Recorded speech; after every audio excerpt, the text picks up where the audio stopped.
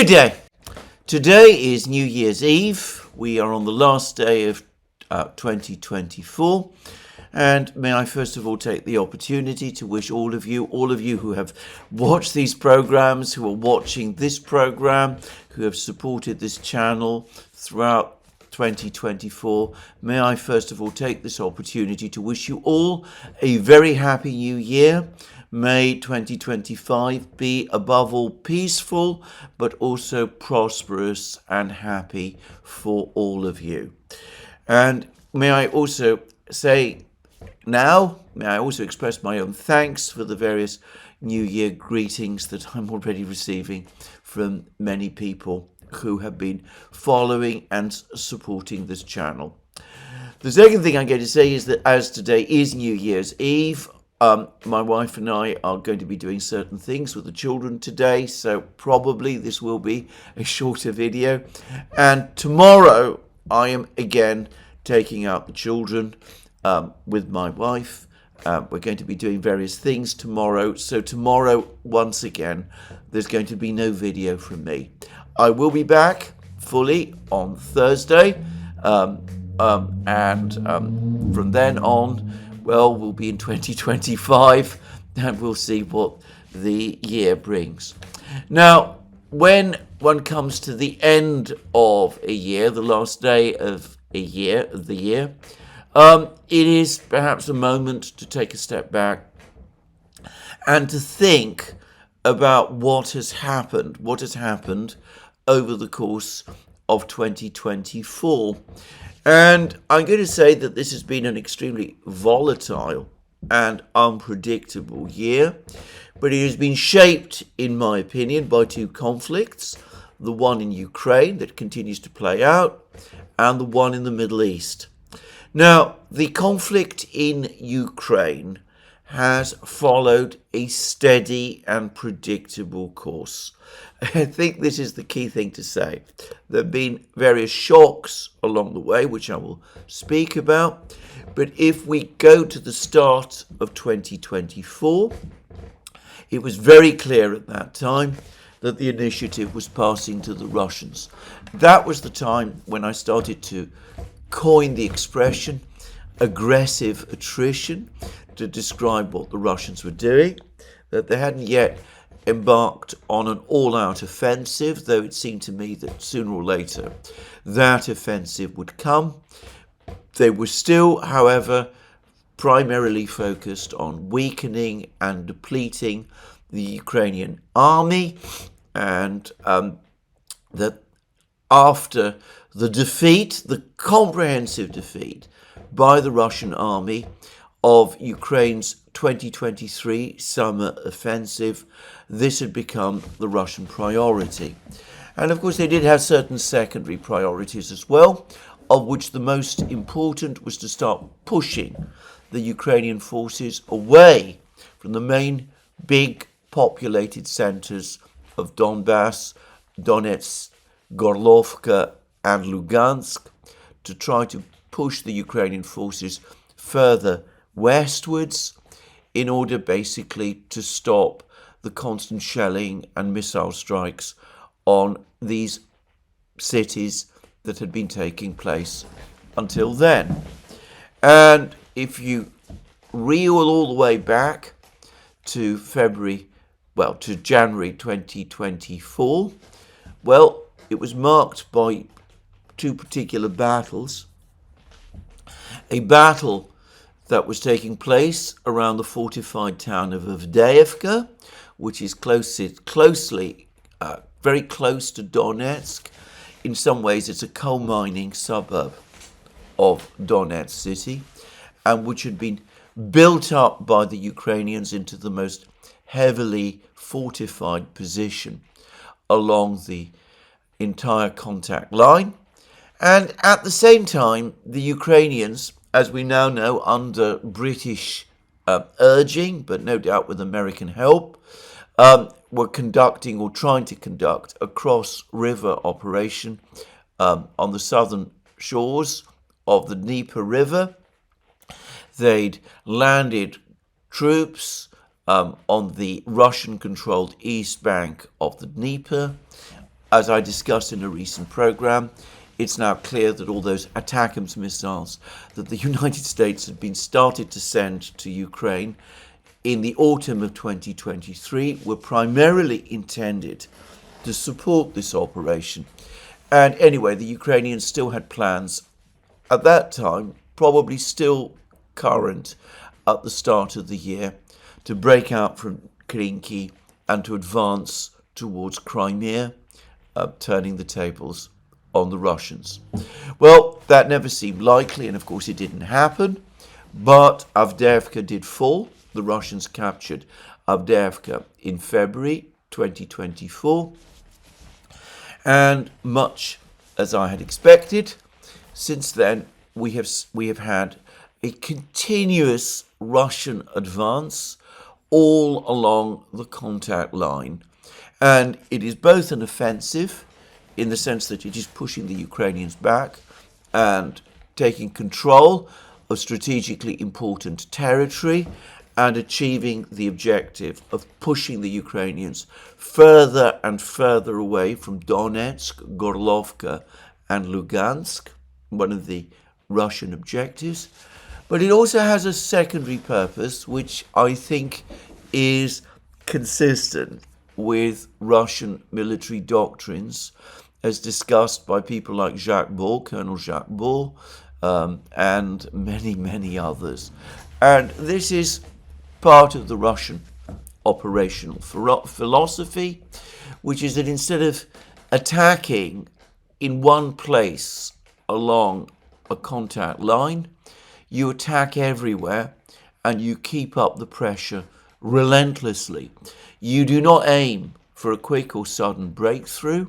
What you do is you put relentless pressure on your adversary, gradually exhausting and weakening your adversary until the front starts to break down and you start to get a cascade effect, and the fortified positions that have been built up before are gradually ground down, and the way is opened up for a more rapid offensive, a more rapid advance, which is to come.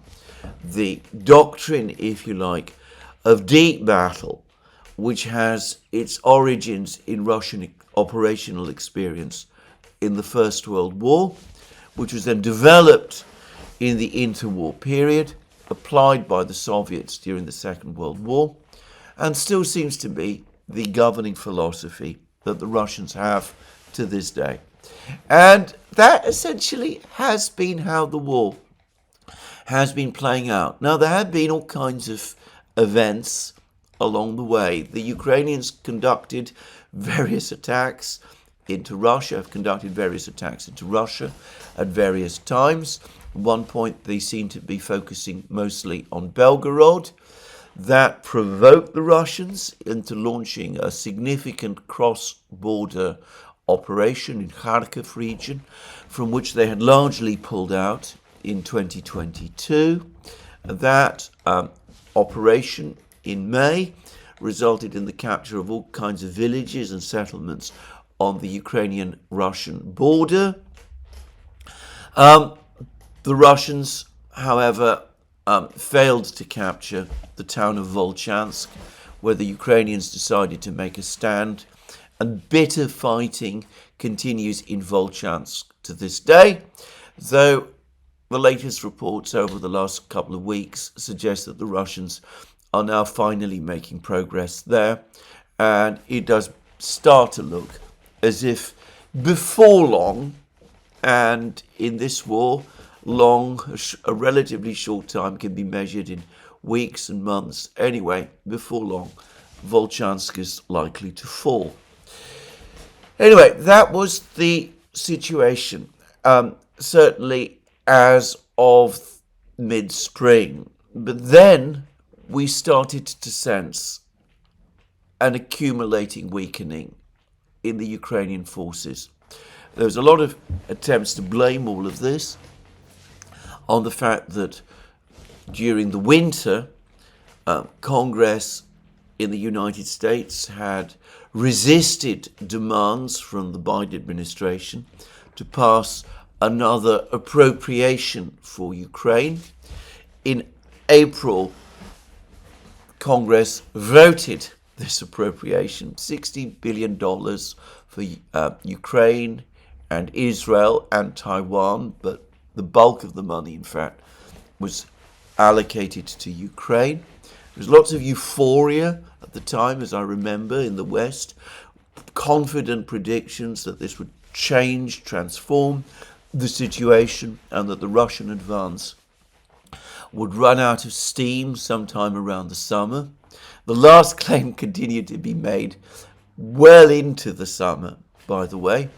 But in reality, even as Congress was voting more money for Ukraine, even as the Biden administration resumed arms and ammunition supplies to Ukraine, even as all that was happening, the pace of the Russian advance actually increased, and it increased significantly over the course of the summer, and it increased further into the autumn, and it continues to be very fast now. It's probably still increasing now, and the reasons for this are, again, take us back to what I was saying about Russian tactical doctrine. The Russians, by advancing, by putting continuous pressure on the Ukrainians along a very, very long front, have achieved that very exhaustion of the Ukrainian army, that whittling down of its reserves, that inability to maneuver and to offer sustained resistance, which the original doctrine, the deep battle doctrine, envisaged. And the result is that as gaps have started to appear in various places, the Ukrainians have struggled to close them. They've had to shuffle military units, a small number of elite units, from one part of the contact line to the other. Soldiers have become increasingly jaded and tired and frustrated and angry, and have taken to complaining increasingly vociferously about errors and mistakes in command. And of course, the general situation with military equipment has got steadily worse. Meanwhile, back at the beginning of 2023, after conducting a short mobilization in the autumn of 2022, calling up around 300,000 men, but from the beginning of 2023, the Russians began a process of massive military and military-industrial build-up. So the military industries were charged with increasing production, which they started to do on an enormous scale. And the Russian army engaged in a massive recruitment exercise, recruiting around 1,000 men a day. And apparently that process continues. According to Medvedev, I believe that over 440,000 men have been enlisted in the Russian army this year. Obviously, these men all require training, and that takes time, between 6 months to a year, depending on how much previous military experience they have.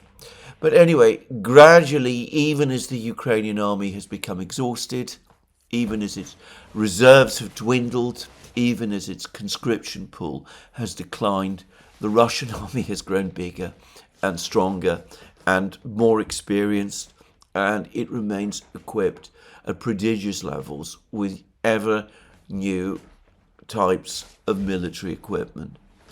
And also, over the course of this year, the Russians gradually got ahead of the Ukrainians in drone warfare. they were always able to produce drones on an industrial scale, whereas in Ukraine, drone production tends to be the work of decentralized workshops. It turned out that Ukraine was heavily dependent on cheap imported Chinese drones. At some point over the course of this year, China started to impose restrictions on the export of these drones. And I think we can say now, by this point in the year, that the Russians have achieved a significant, in fact, a decisive drone advantage. Anyway, this partly explains, all of this explains, as I said, why the Russians have been making more and more rapid advances. They've been able to push the Ukrainians steadily to the west. Ukrainian forces have become increasingly depleted. But back in August, in circumstances that have still not been fully explained, and for reasons which the Ukrainians are still very, very cagey about, an extraordinary decision was made to conduct an offensive in Kursk region inside Russia. And we now know that discussions for that offensive began in February, around the time of the fall of Avdiivka.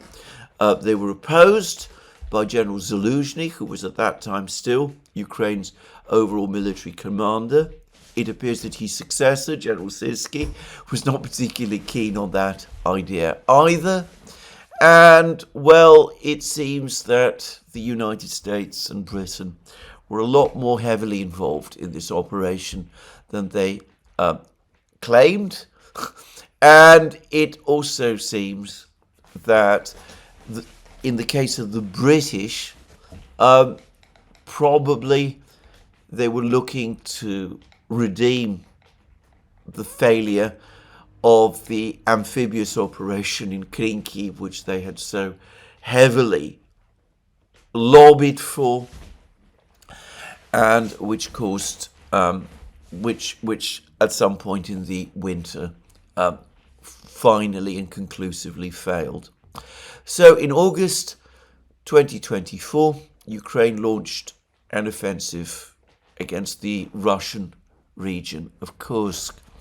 And this story of this offensive continues to be, in my opinion, deeply misrepresented in the West, because no one in the West is prepared to acknowledge what, in my opinion, was obviously the objective of this offensive, which was the capture of the Kursk nuclear power plant. And it turns out various other military-industrial facilities and warehouses, including one which stored tactical nuclear warheads, located in the city close to Kursk, the town of Kurchatov. And the Russians have made it absolutely clear that they think that the Kursk nuclear power plant was the objective. They say they have information to this effect from prisoners and captured documents. And it was obvious to me right from the outset that that had to be the objective, because, as so many other people have pointed out, people like Jim Webb, Brian Belletic, Colonel Davis, Colonel McGregor, all sorts of people have pointed out, there really isn't anything else in Kursk worth capturing. We're talking about a remote, relatively uninhabited area of rural Russia. The city of Kursk itself, of course, is an important city, but it is a big place, far beyond Ukraine's capacity to capture. So, attacking in this area throws you into battle, capturing isolated villages, many of them very, very small, places with forests and rivers. There's nothing of any significance there. There's no major strategic position to be captured there. There's nothing of economic significance there. But of course there is the power station, and there is also the warehouse, the depository with the tactical nuclear weapons. And clearly that was the plan. The plan was to capture these two important strategic locations, create a massive crisis, create huge ructions in Moscow, and use that to coerce the Russians into agreeing to a ceasefire. A ceasefire in terms of an attack to recapture the power station, a ceasefire in terms of the general battle lines. And it failed. Within 5 days, it had become clear that the operation would not be able to reach, let alone capture, the nuclear power plant. The Ukrainians got bogged down in street fighting in the town of Sudzha. It took them several days to secure full control of Sudzha. By then, the Russians had reorganized and sent troops there, and a further advance on the Kursk power plant effectively became impossible. Now, I've described it in this way, the Kursk operation in this way, but of course, I've had reports from a source backed by various Western military commentators who suggested that it was actually even more complicated than that, in that the Russians were fully aware of what it was that the Ukrainians were thinking of doing, that they understood that Kursk would be a trap, and that they deliberately laid the trap, that the power plant was already presumably well defended, and that the Ukrainians were baited to go into Kursk, sending many of their best troops and equipment to capture ground of no use or value. And that could be true. I've never seen it conclusively proved, but given the way things played out, maybe it was true. Anyway, the result was that where the Ukrainians were already overextended, trying to hold an impossibly long contact line, they found themselves extending and overstretched even more as a result of this deeply unwise operation. And that, of course, led to the Russian offensive accelerating still further. And then in the autumn, everything evolved into a huge battle in southwestern Donbass, over the course of which the Russians captured the important towns of Ugledar, Selidovo, and Novogrodivka, and it looks as if the Russians have probably captured Kurakovo, though I expect it will take several weeks before the entire town and the thermal power plant are fully cleared, and before the Russians confirm the fact. And this has set the scene for further Russian advances northward to capture the town of Pokrovsk and to capture the small town of Velikaya Novosilka, and to move perhaps towards the Dnieper and to do all sorts of other things. And in the meantime, the Russians now seem to be very close to capturing Toretsk and Chasov Yar, as I discussed in my program yesterday.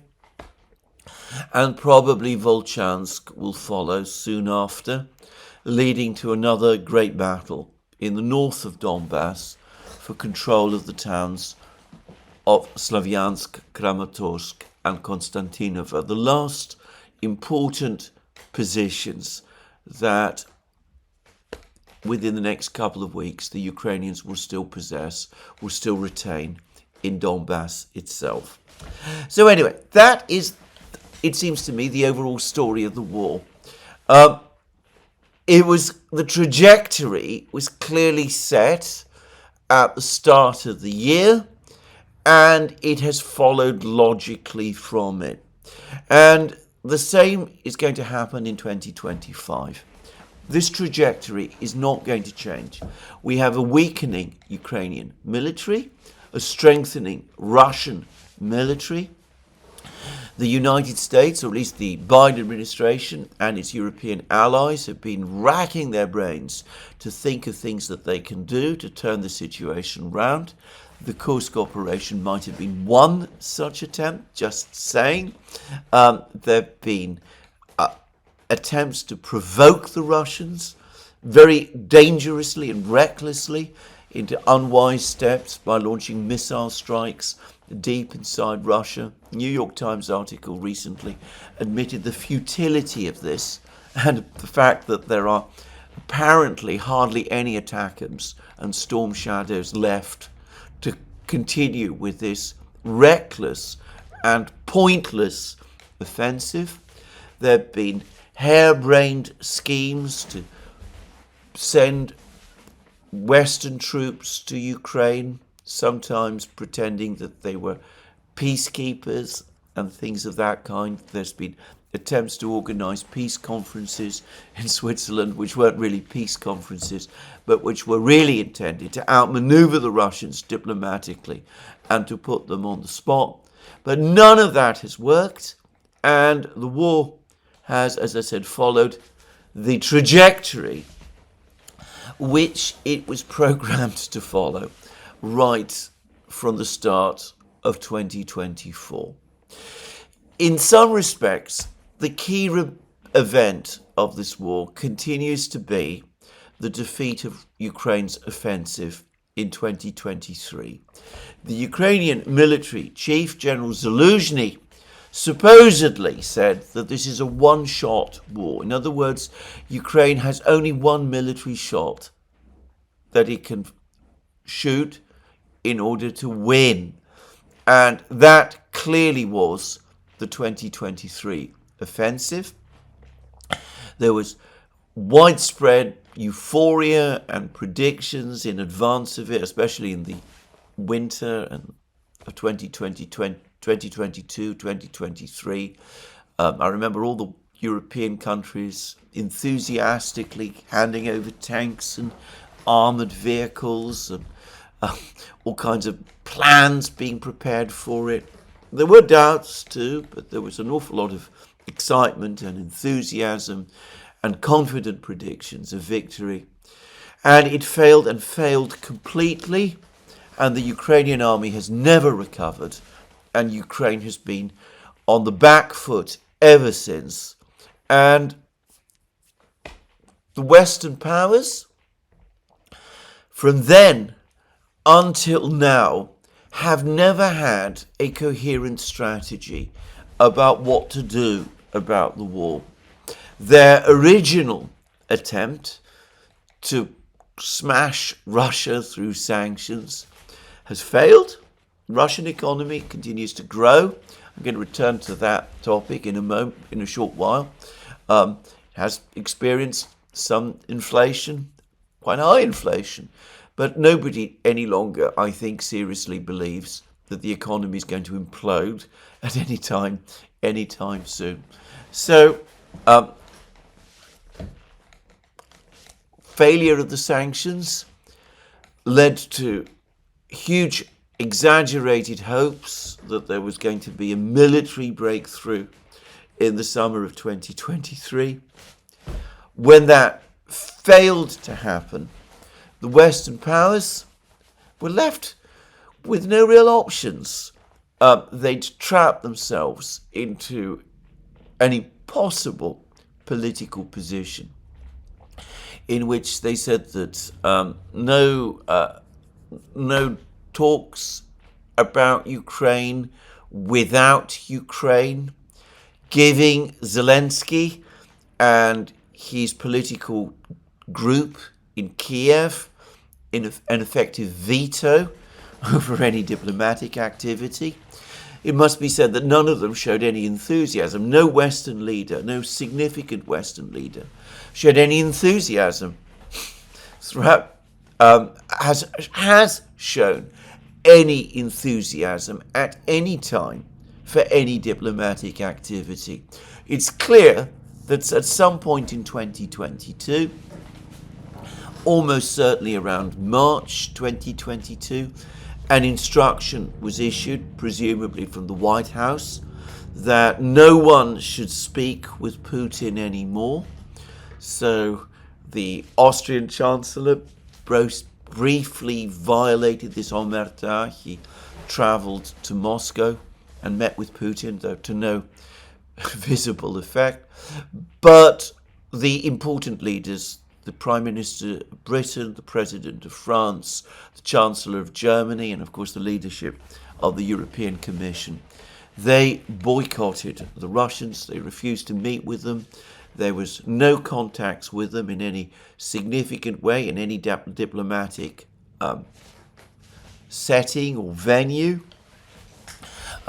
Lavrov has joked about how when at international meetings he enters a room, all the Western officials and diplomats there scuttle away as if his coming represented the arrival of Nosferatu the vampire, or something of that kind. But anyway, there's been no real interest or intention to start negotiations with the Russians. There have been various ideas and proposals way back in the autumn of 2023. The Council for Foreign Relations in the United States, which has always been skeptical and worried about the progress of the war, they were ringing alarm bells about it way back in the autumn of 2022, at a time when the Western powers were still confident of some kind of military victory over the Russians. Anyway, the Council for Foreign Relations in the United States, Richard Haass and his people, have been floating all kinds of ideas for ceasefires, armistice lines, peacekeeping forces, deferred NATO entry, all of these various things. Partly, I suspect, in order to try to get people in Washington, especially, thinking beyond the war, start to recognize the military realities and to think about trying to find some kind of diplomatic way forward. But even those proposals always ran up against opposition from the hardliners, the neocons and their friends. And as I well remember, in the autumn of 2023, the latest plan that the neocons were coming up with is that there should be huge fortified lines created to hold back the Russians in Ukraine. And at the same time, there should be an unlimited, unrestricted missile war against Russia, using large numbers of missiles, launching attacks deep inside Russia. Except the fortified lines were never built because they couldn't be, and the missiles, the ATACMS and the Storm Shadows have collectively failed. So there was no real attempt to think of a negotiating strategy. As I said, the closest we got to it was the Swiss so-called peace conference, which wasn't really a peace conference, but an attempt to, as I said, put the Russians in a diplomatically awkward position. And there's been no real military strategy either. There was the Kursk operation, which failed. In all other respects, it's grim, defending, waiting for the Russians to exhaust themselves, even as they become steadily stronger. Talk about sending forces to Ukraine, waves of panic descending on European capitals as important places like Avdiivka and Ugledar fall, but no real plan, either military or diplomatic, no real serious attempt to begin negotiations until now. And the result is that we're now in an extremely bad position indeed, as I have discussed in many, many programs. The Russians are on the offensive right across the front lines. The Ukrainian forces look like they're about to crack. It may take a couple of months more, 2 months, 3 months. Some Ukrainian officials, some Ukrainian commentators are saying that by the spring, the entire Ukrainian army could be on the verge of complete collapse. Others put it a bit further than that, say 6 months. But everyone can see now where this is going.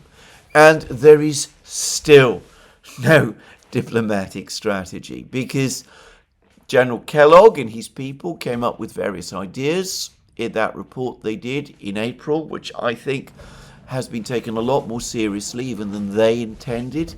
It's clear that what they were doing was they were picking up some of the proposals that had been circulating in the autumn of 2023 by people like Richard Haass and the Council for Foreign Relations, ideas about ceasefires, frozen conflicts, armistice lines, peacekeeping forces, deferred entry of NATO. By this point in the war, by the situation, by the point when General Kellogg wrote his report, it should have already been clear that all of this was completely unacceptable to the Russians.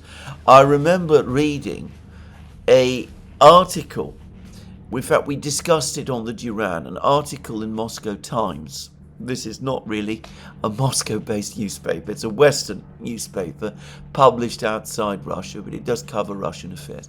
An article in the Moscow Times which spoke about a US emissary clearly sent by the Council for Foreign Relations to Moscow to try to explore all of these ideas with the Russians, who came away frustrated and exasperated because the Russians showed no interest in them, and who suggested that the only way out, therefore, was to achieve regime change in Russia, something which by this stage, of course, nobody seriously expects is going to happen.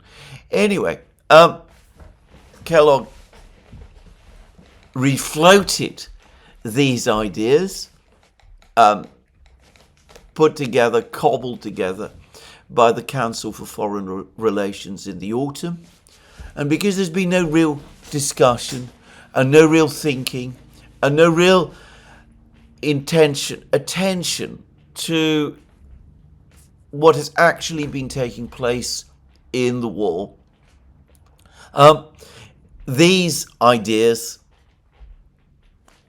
expressed in the spring by General Kellogg, as I said, reheated ideas from a few months before, continue to be, so far as I can see, all we have. The fact that the Russians have rejected them again and again, and they've just rejected them in emphatic terms. Putin, Lavrov, Matviyenko, others, as I've discussed at length, still means that still hasn't, I think, quite fully sunk through. People still assume that these same proposals, which had already been floated in some respects to the Russians before the war started, that these continue to be the only proposals that we have now. Now, as I said, the war is going to continue on its present trajectory. It could be that Ukraine and the West still has a few military cards left up its sleeve, though with every day that passes that seems less and less likely. The Russian advance westwards will continue. But a new president, Donald Trump, is now talking about negotiations, or at least talks. He's been trying to get the Ukrainians, who are very, very antagonistic to the idea of talks for their own domestic reasons, to think about talks. I doubt that the Ukrainians will ever agree. He's going to send Kellogg, presumably to Moscow, and Kellogg is going to come up with these proposals, which the Russians are certain to refuse. And then we are either going to find ourselves in an impasse, or some more serious decisions need to be made. And I'm going to here repeat something that I said in a live program I did yesterday, hosted by Lieutenant Colonel Daniel Davis on Daniel Davis Deep Dive, which is this. At some point, the Russians are going to reach the Dnieper. At some point, quite plausibly, the Russians are going to cross the Dnieper. They're going to start advancing westwards, because the ability of the Ukrainians to stop them is diminishing by the day, before at some point, perhaps even by the hour. However, as one Russian commentator after another has been saying, it is not ultimately in Russia's interests to advance all the way to the Soviet Union's former western border. In other words, to the border with Romania and Poland.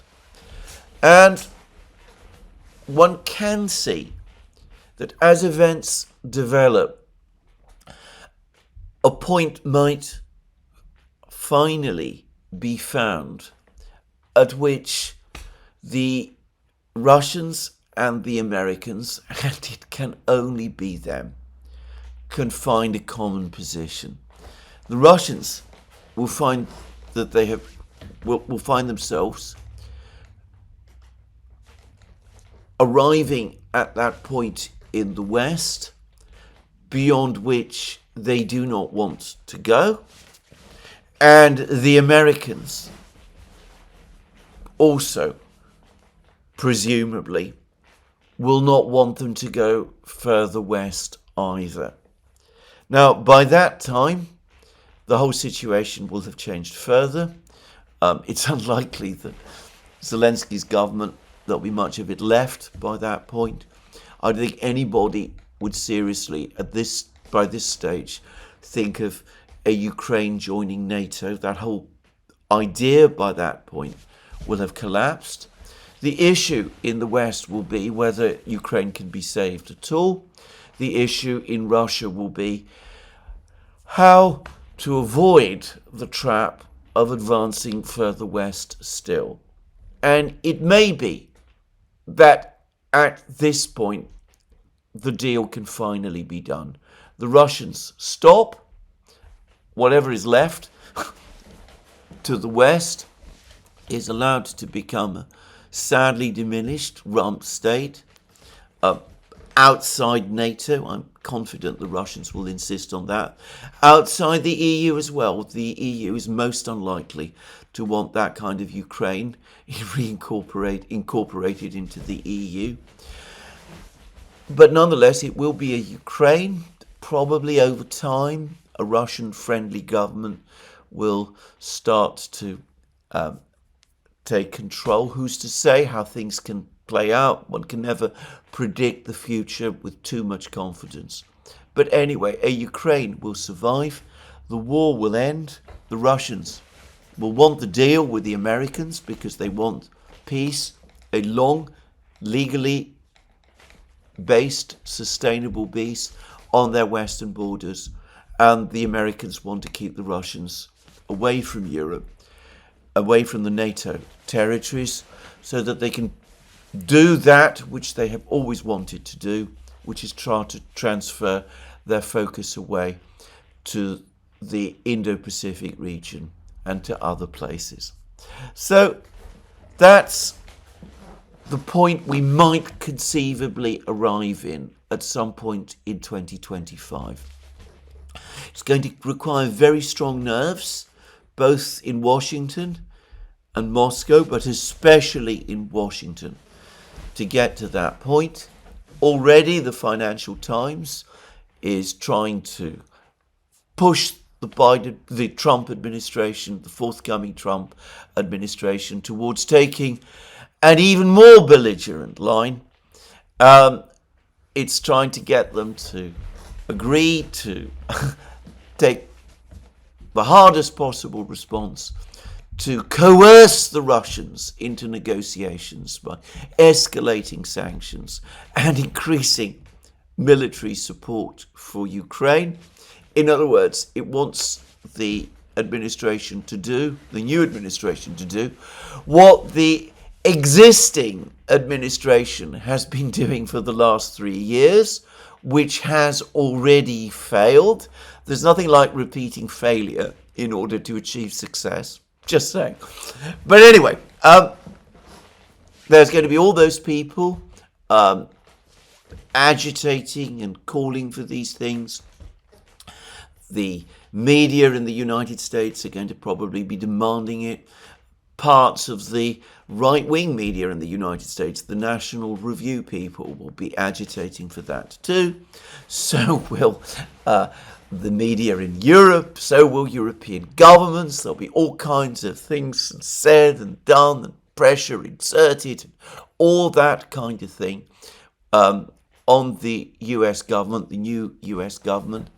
And of course, the further west Russia moves, the greater the pressure in Russia itself to go on and to advance all the way to the Soviet Union's western border. Because, well, why not?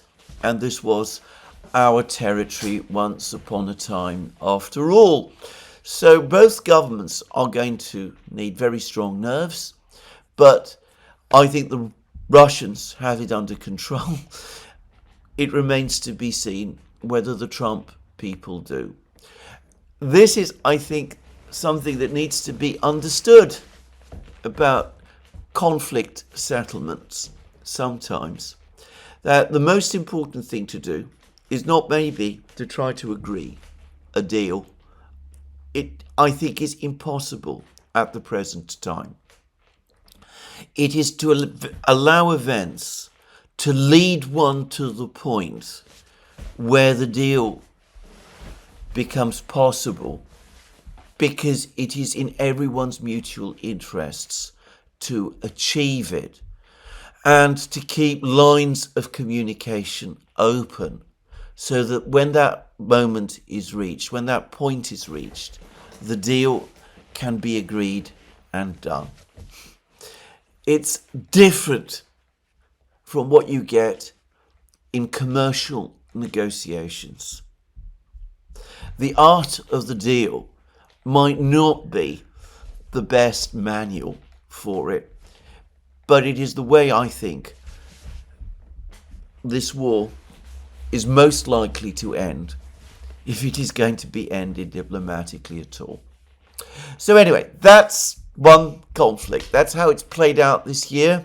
That's how it may play out in 2025. Though, as I said, foresight is not something that is provided to mere mortals like myself.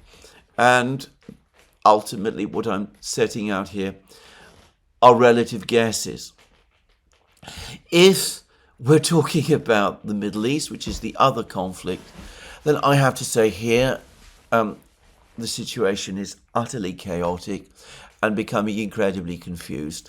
Now, after the events of the 7th of October 2023, I thought that Israel made a terrible mistake when it sought a military solution to its problems in Gaza. I'm being very careful in my choice of words. I thought that Israel compounded its mistake by seeking a military solution to its problems in southern Lebanon. I continue to think this. Israel remains in control of the ruins of Gaza, or at least of northern Gaza. But the stated objective, the destruction of Hamas, has not been achieved. Hamas is still there. It's still in control of the people of Gaza, or supported by them. as far as I can see. There's been a humanitarian catastrophe. Israel's reputation has been smashed. It's been isolated in the General Assembly. It's taken a major blow to its economy, and large numbers of people have left. And the campaign against Hezbollah, contrary to what many people say, also doesn't seem to me to have gone as well as some people imagine. Certainly, Hassan Nasrallah is dead, and so is his successor. But Hezbollah is still there. It held together. It successfully resisted Israel's ground invasion of southern Lebanon. It still is in possession of most of its rockets. It still has considerable support within the Shia population in Lebanon. Overall, one has to say that the military operation in Lebanon, from an Israeli point of view, has also failed to achieve its objectives. Now, I say all of this. I do understand that there is an alternative view expressed by people who are sympathetic to what Israel has done, and also by some people who are very opposed to what Israel has done and is doing. People like Craig Murray and George Galloway, both of whom I know, I should say. But anyway, it remains my view. If one were looking at the situation as it was in mid-November, then it does seem as if the Israelis, despite many attempts and attempts also to provoke a war with Iran, have failed to achieve any of their objectives, any of the objectives that they set themselves back in October 2023. On the contrary, Israel's position has been weakened as of November overall. And then, of course, in November, something most astonishing happened, which is that the Assad government in Syria suddenly collapsed. And it collapsed without any significant resistance. President Assad himself fled to Moscow. He would dispute the use of the word flee, but anyway, that's where he is with his family. There's been a lot of discussion as to why that has happened, and I've discussed it in various programs, and I'm not going to revisit all of this. Suffice to say that Syria, Israel's most consistent Arab adversary, has in effect removed itself from the scene. And as a result, as of today, Israel, despite its failure to achieve a decisive outcome in Gaza, despite its failure to achieve a decisive outcome in South Lebanon, despite all of the other problems, despite, by the way, the demonstration by Iran of its military reach and technological prowess with its strikes on the air bases at the Nevatim air base and other places. Despite all of that, Israel today looks like the winner. Except I'm not convinced that in the long term that is what it is. Certainly it's taken more control of more territory in the Golan Heights. It now controls the whole of the Golan Heights. It controls Mount Hermon. It's put itself in a very strong position militarily in the event that there's a renewed battle with Hezbollah. But we can already see that the whole situation in Syria is spiraling out of control. Again, there's a lot of denials about this, even as evidence of violence and continued fighting continues to trickle out of Syria. It's also clear that there is now conflict between Turkey and the Kurds, and that Erdogan's government is in overall control, or at least apparent control, of most of Syria. But the overall story is of deepening chaos in the Middle East, and of Turkey and Israel both becoming sucked in, and increasingly antagonistic towards each other as they struggle to delineate boundaries between their various spheres of influence. And we're now getting furious rhetoric by each party directed against the other. There have been threats from Israel's friends in the United States to start some kind of war with Turkey. Erdogan, for his part today, is indignantly denying reports in the Israeli media that the collapse of Assad's government was agreed by Turkey and Israel, by Erdogan himself with the Israelis, and that he had telephone conversations with Israeli officials in which they plotted and orchestrated the whole thing. I suspect those claims, by the way, are true, but Erdogan is furiously denying them, as one might expect. And my own view is that the whole situation is going to get out of control, and what is going to happen is that the Israelis, already overextended, are going to find that they have their hands full on yet another front, which is the Syrian front, which was relatively quiet until recently. The Iranians apparently had tried to persuade Assad to open up some kind of a third front against Israel in the Golan Heights, and he refused. But now the situation is far less stable. All kinds of men with guns are present in Syria, and, well, it might be very difficult to bring these people under control. And in fact, everything suggests to me that in this vacuum, power vacuum that is Syria, not only is there going to be more instability, but there is going to be more violence, and some of it inevitably is going to be directed against Israel, just as it is going to be directed against Turkey as well. The degree of instability in Syria is highlighted for me by the continuing pleas by HTS, which are now being publicly reported in Moscow. The continued pleas to Russia to remain, to continue to occupy its bases. There was apparently a further statement to that effect by the new HTS-led administration in Syria.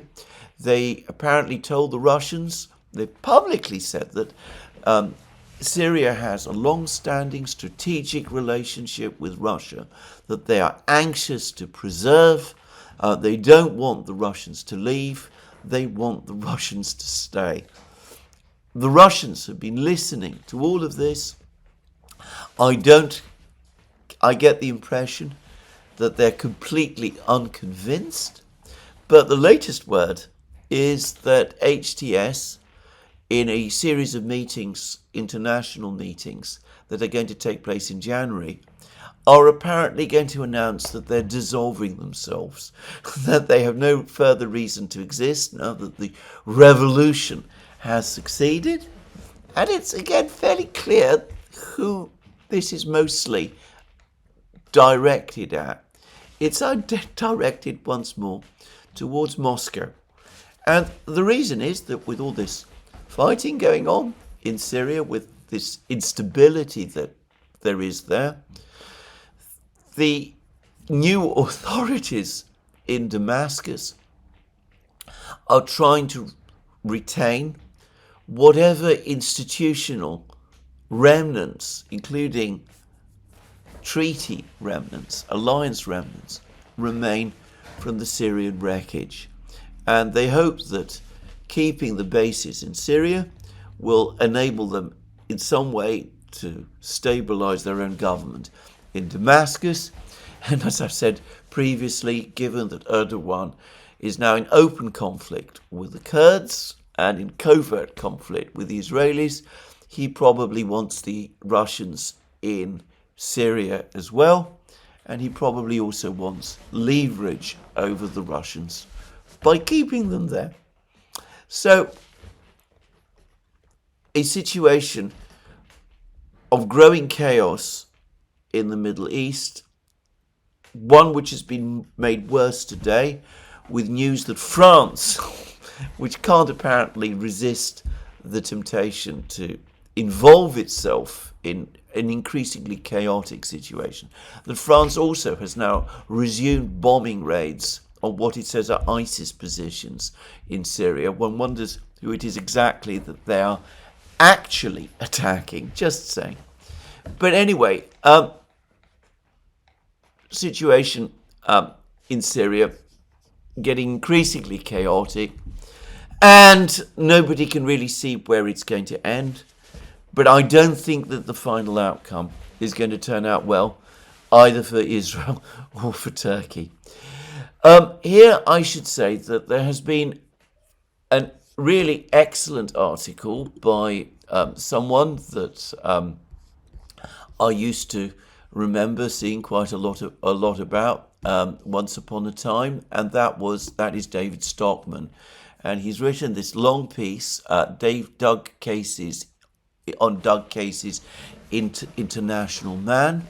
He says the Syrian fiasco, a case of the Empire First folly in Spades. He discusses the whole story of US involvement in Syria. He explains how the people who've come to power in Syria, if they really are in power, are far from being the liberal people that some people in the West suppose they are, and how ultimately what has come about in Syria cannot be in the long-term interests of the United States, and that the short-term winner is Turkey, and that Turkey is going to also have its hands full, but sooner or later it too is going to probably evolve into a more anti-American position. It's a fascinating, very long piece by David Stockman, who was, of course, Ronald Reagan's former budget director, and has now become a major critic of the US's neocon foreign policies.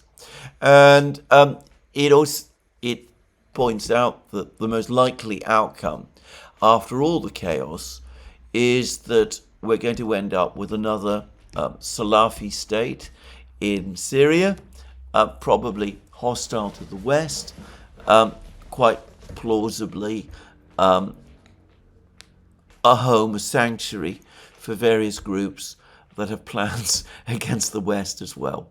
And of course, Stockman isn't the only person who's writing this. Others have been saying similar things as well. There's another piece that I recently read which talks about how, in effect, Syria has passed under Al-Qaeda's control. Well, that might be a bit of an overstatement. I think it's passed under Turkey's control, except that I doubt that Turkey will be able to control it. So anyway, the long and the short of this is that the situation in the Middle East is terrible. It is getting worse. Instability continues to increase. Violence continues to increase. Constant attempts to try and achieve some kind of peace have proved unsuccessful. The parties of war still seem in the ascendant in Israel and in various other places.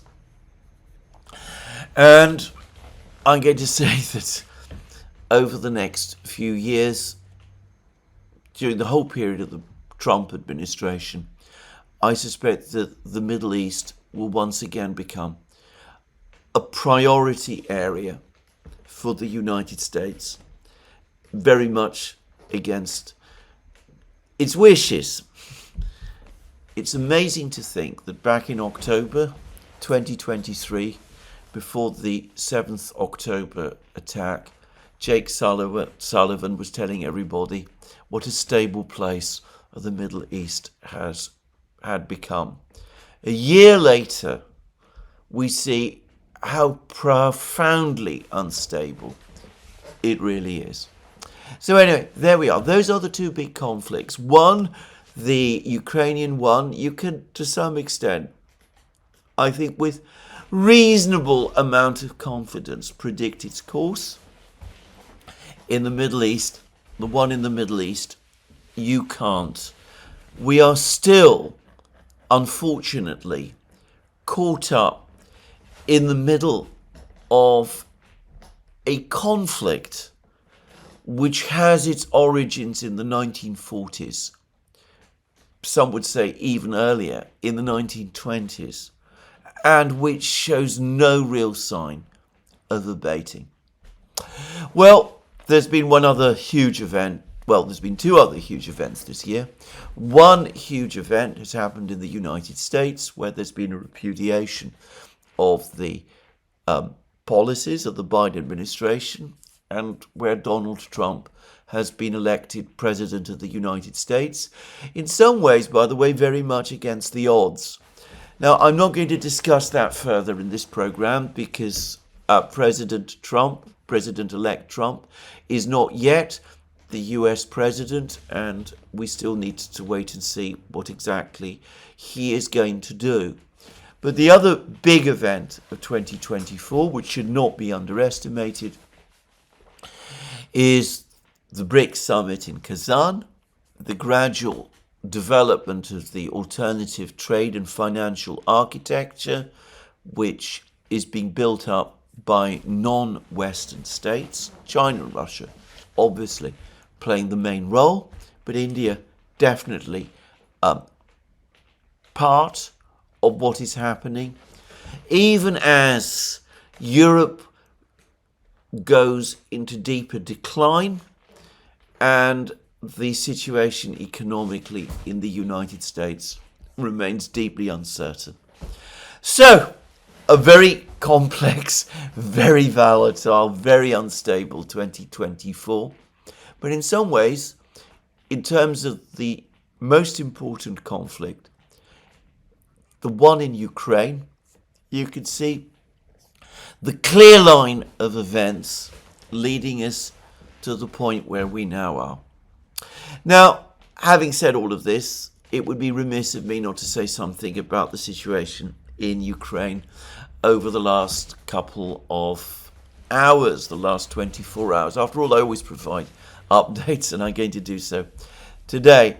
Firstly, there's been some information from the Kursk region that the Russians, having captured this village called Agronom, which it turns out is located to the southwest of Sudzha, not to the northwest of Sudzha, as I had thought, but which I still can't find on any map. It must be a tiny place. From the sound of it, it looks like some kind of agricultural facility, perhaps, rather than a proper settlement. Anyway, having captured this place, it looks as if the Russians are continuing to advance, and they seem to be clearing villages immediately to the south of Sudzha. And there's been suggestions that what the Russians are intending to do at some point over the next few weeks is mount a direct assault on Sudzha from the south. Now, that might be true, it may not be, I don't know. Sudzha is a relatively small place, about 6,000 people before the war. It's fairly dispersed. There's two separate blocks of habitation. It's a fairly spread out place.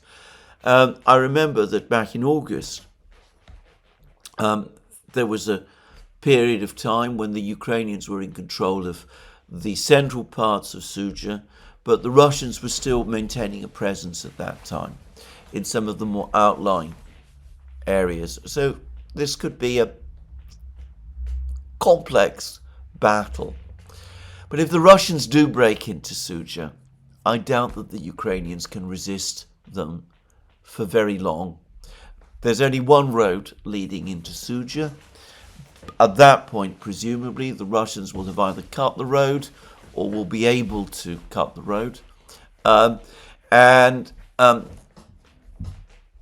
It would be, my guess is, fairly difficult to defend a small town which is not really very structured to be defended easily, and where there hasn't been the time to create the kind of elaborate fortifications which we've seen further south in the various towns in the Donbass.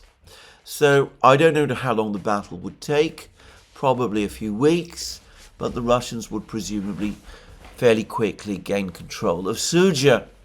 In which case, that begs the question of what happens to all of the other places in the remaining parts of the Kursk pocket, which are still under Ukrainian control. Do the Ukrainians retreat from them? Do they try to concentrate all their forces in Sudzha to try to hold back the Russians there? Or do they conduct a rapid retreat into Ukraine itself? We don't know. And if, or rather when, the Russians recapture Sudzha and recapture the whole territory of of Kursk region, what do they do next? Do they conduct a general offensive in Sumy region? They might do. They have the troops in the area now to do it. Tens of thousands of troops. According to the US, there's 60,000 Russian troops in the Kursk area. That's a significant force. Similar, much bigger than the force that crossed the border into Kharkiv region in May. So maybe the Russians will advance into Sumy region. And of course, if they do, then that will create a massive crisis. Because if you look at a map, well, I'm not suggesting that Sumy region and Chernigov region and all of these places are exactly adjacent to Kiev, the Ukrainian capital. But Kiev, let's say, is not that far away. So, well, we'll see what happens. But that battle is underway, and we will see how it plays out. Now, the other big piece of news in military terms today has come from the Pokrovsk area, and the Ukrainians are now saying that the Russians have finally begun the operation to capture Vozdvizhenka, the village to the east of Mirnograd, just south of the main road from Pokrovsk and Mirnograd all the way to Konstantinovka, the big supply road, which, to be frank, cannot be functioning to any great degree any longer. Though it does seem that the Ukrainians have been able to send some supplies, some continuing supplies, along this road. But anyway, it does look as if the Russians are finally taking steps to capture Vozdvizhenka. And elsewhere, but still close to Pokrovsk, there are reports that the Russians have also captured a settlement called Vovcha, which is to the southeast of Pokrovsk and Mirnograd, and that they have also captured the village of Pishanye, which is to the northwest of Shevchenko, which the Russians also captured a short time ago. Now, I had been expecting back in the summer, before it became clear that the Russians were more interested in advancing towards Kurachovo and Ugledar and Selidovo and all of those places, I'd assumed then, we're talking about August, that Vozdvizhenka would be the main Russian target, and that the Russians would push on and take Vozvyzhenka then.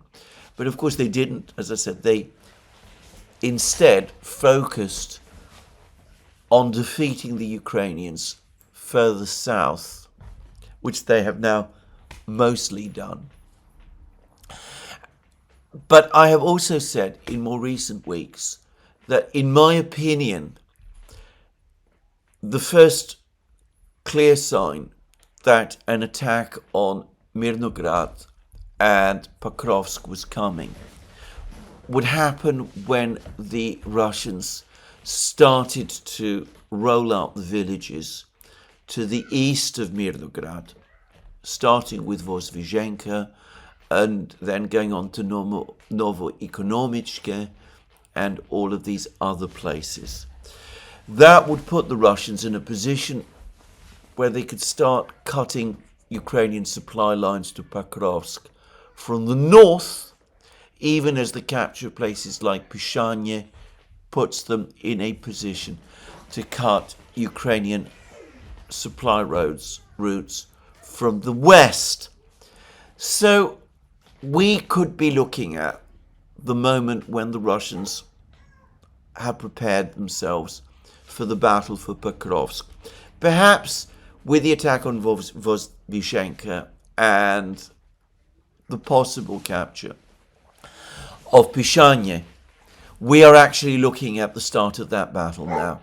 There is pictures of Russian drones flying over Pokrovsk, and the striking thing again is that there appears to be no Ukrainian resistance, no ability by the Ukrainians to shoot these drones down.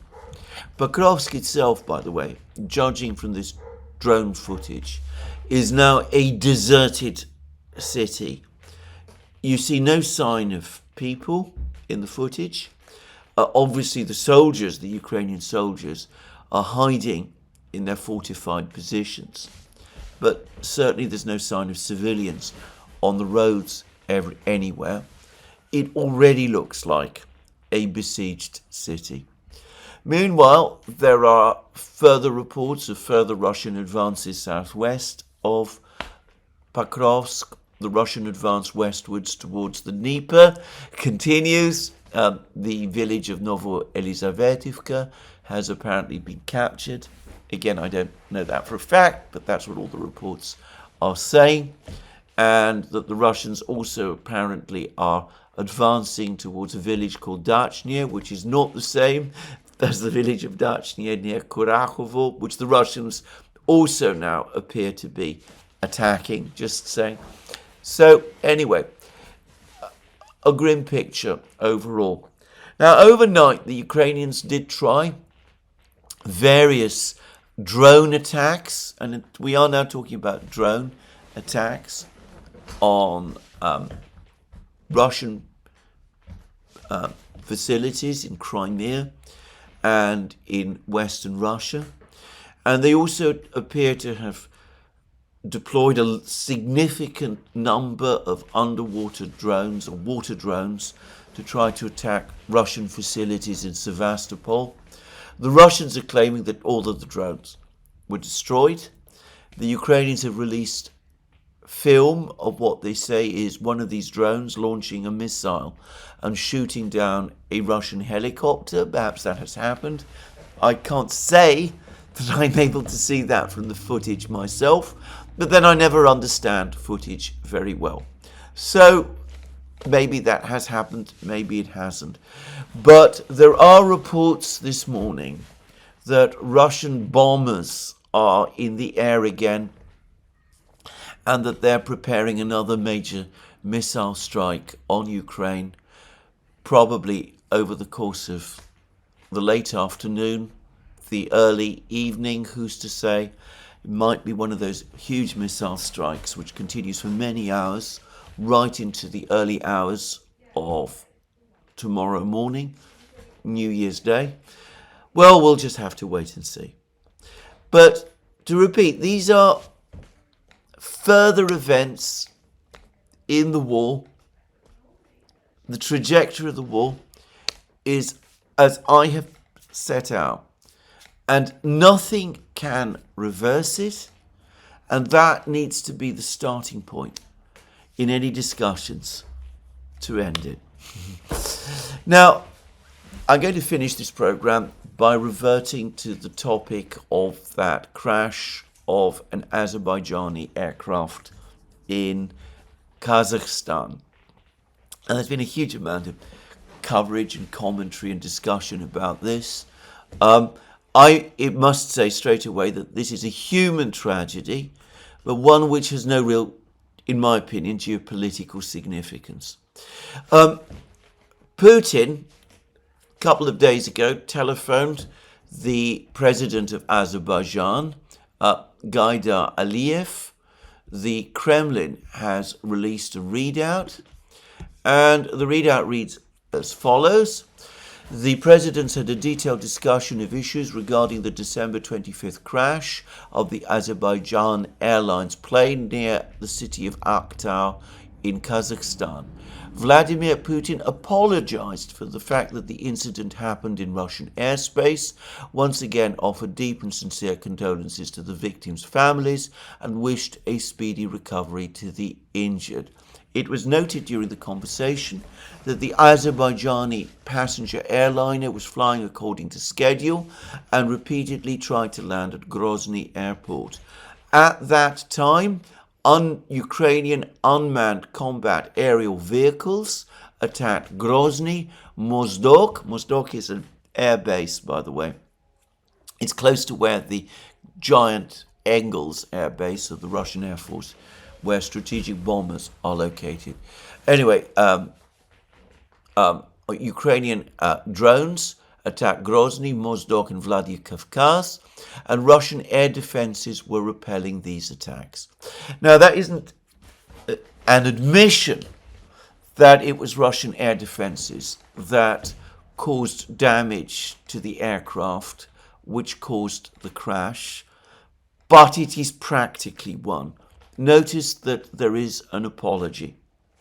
And the comment then went on to say, the Russian Investigative Committee initiated a criminal case under Article 263 of the Criminal Code, violation of the rules for traffic safety and operation of the air transportation system. Initial investigation is underway, with authorities questioning civilian and military specialists. Notice that it's military specialists who are also being questioned. Two officials of the Prosecutor General's Office of Azerbaijan are currently in Grozny, working together with the representatives of the Prosecutor General's Office and the Investigative Committee of the Russian Federation. Relevant services of Russia, Azerbaijan, and Kazakhstan are working closely at the crash site near the city of Aktau.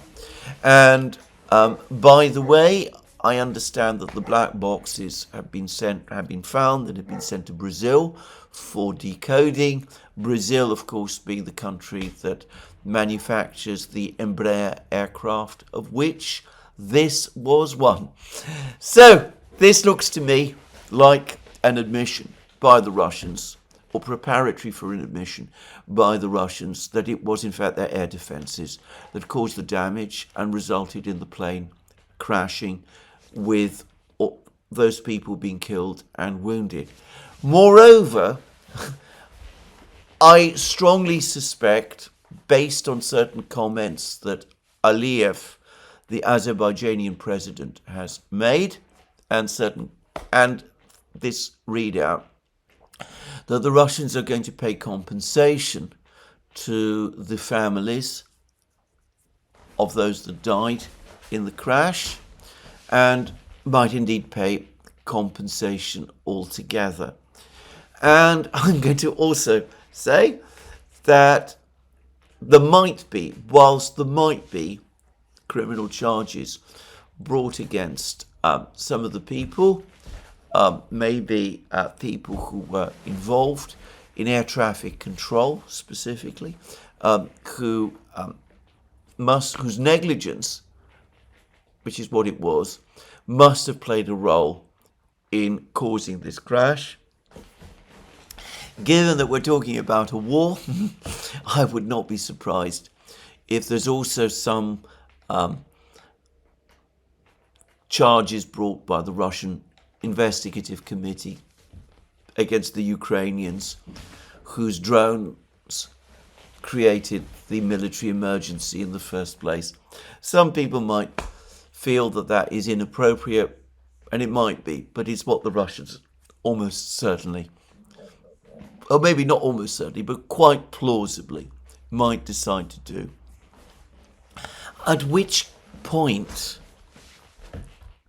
that will be the end of this affair, at least in geopolitical terms. In my opinion, it has been handled by all the parties relatively well, and I don't think there is going to be any lingering anger or bitterness after it. I suspect that over the next few weeks, attempts will be made to smooth out whatever remaining frictions there still are. There has been reports, by the way, that Putin has made a follow-up call to Aliyev after this particular telephone call, but if so, it has not been reported by the Kremlin. So anyway, that's my view of this. A human tragedy, but not one, I think, that is going to change the geopolitical situation at all. Now, there have been various other crashes around the world. An awful one in South Korea. Some people are putting the dots together and are coming to all kinds of claims. The same thing has been said about Russian ships. I'm not going to do that in this program. I have no reason to do so. Just saying. But I do want to say one final thing today before I fully finish this program, which is that Rosstat, Russia's State Statistical Bureau, has now provided us with figures for GDP growth in Russia over the course of this year. And we learned that GDP grew 4.8% year on year in January, 7.6% in February, 4.2% in March, 4.6% in April, 4.7% in May. Then there was a drop, 3.2% in June, but then it was in June 2023 that the Russian economy began its surge. So given that we're looking at a year-on-year increase, it's unsurprising that there was a fall in June, that there was a decline in the rate of increase in June. So 3.2% in June, 3.5% in July, 2.6% in August. That might have been a product of the rising interest rates, but it could also be a reflection of the lower harvest, the smaller harvest this year. 3.2% in October and September, and 3.6% in November. Very steady growth overall. I should say that because there's been a significant rise in growth over this year, these figures do perhaps give a slightly distorted picture in that though growth might appear to have picked up in November, it's only picked up by comparison with November last year. We're looking at year-on-year growth. In fact, output in November was at the same level as it had been in October. Just saying. So this is very, very stable growth. Next year, growth in the Russian economy is going to be lower. This is what the central bank wants to achieve. It's what the government wants to achieve.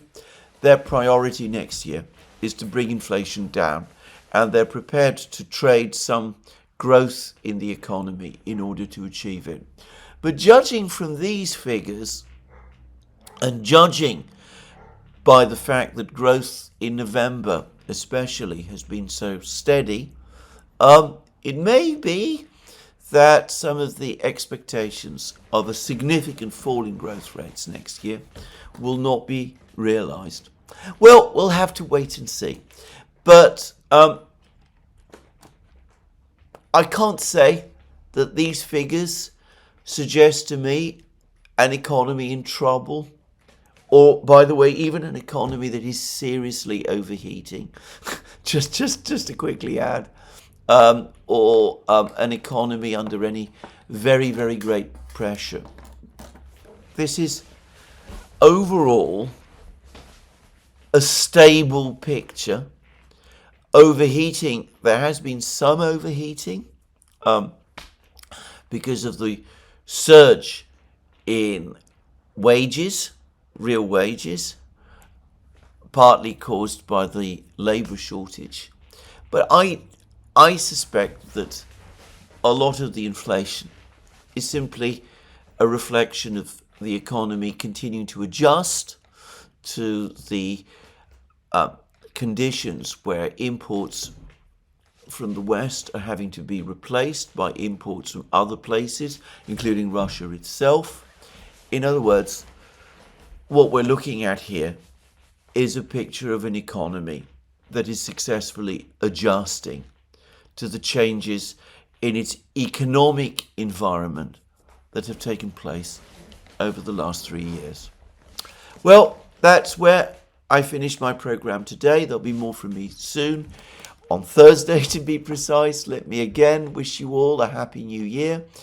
And in the meantime, let me remind you that you can find all our programs on our various platforms, Locals, Rumble and X. You can support our work via Patreon and Subscribestar, and by checking out our shop, links under this video. And last but not least, please remember to tick the like button and to check your subscription to this channel. And let me once more wish you all a happy new year and have a good, enjoyable, peaceful holiday tomorrow.